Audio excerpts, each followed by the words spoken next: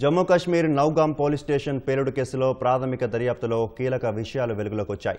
ఇందులో ఎలాంటి ఉగ్రకోణం లేదని, ఫోరెన్సిక్ తప్పిదం వల్లే పేలుడు జరిగినట్లు దర్యాప్తు అధికారులు వెల్లడించారు. ఫోరెన్సిక్ బృందం అధిక లైటింగ్ను ఉపయోగించడం వల్లే పేలుడు సంభవించి ఉండొచ్చని ప్రాథమిక దర్యాప్తులో గుర్తించినట్లు అధికారులు తెలిపారు.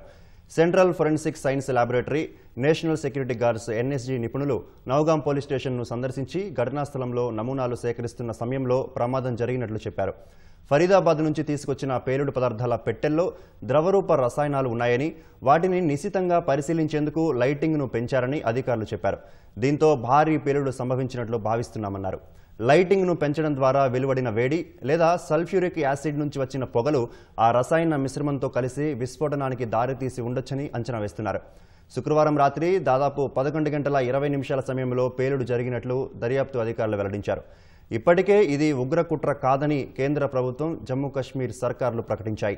నౌగాం పోలీస్ స్టేషన్లో ప్రమాదవశాత్తు జరిగిన పేలుడు ఘటనలో 9 మంది మృతి చెందారు, పలువురు గాయపడ్డారు.